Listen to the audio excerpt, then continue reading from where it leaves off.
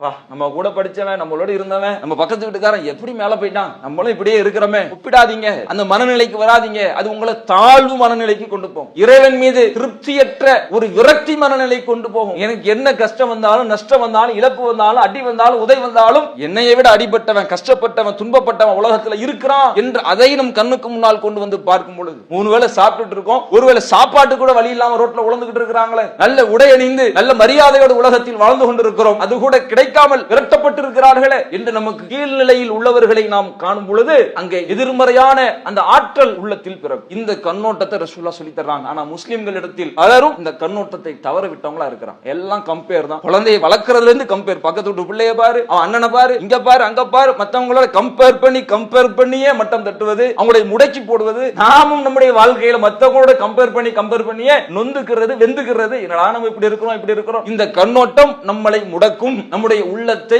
வெறுமையாகும். காலத்தை அல்லாஹ் சுழல விடுவான். மேலே இருப்பவன் அவன் எவனாக இருந்தாலும் ஒரு நாள் கீழே வந்துதான் ஆகும். அல்லாஹ் இந்த உலகத்தில் ஏற்படுத்தியிருக்கிற பல்வேறு நியதிகளில் இதுவும் ஒரு நியதி. அவன் மேல உள்ளவங்களை பார்த்து மனம் ஏங்குவதோ வெதும்புவதோ கூடாது. கீழ்நிலையில் உள்ளவர்களை பாருங்கள், இந்த கண்ணோட்டத்தை அமைத்துக் கொள்ளுங்கள் என்று வாழ்க்கைக்கான பக்குவத்தை, வழிமுறைகளை அல்லாஹ்வுடைய தூதரவர்கள் நமக்கு சொல்லித் தருவதை பார்க்கிறோம்.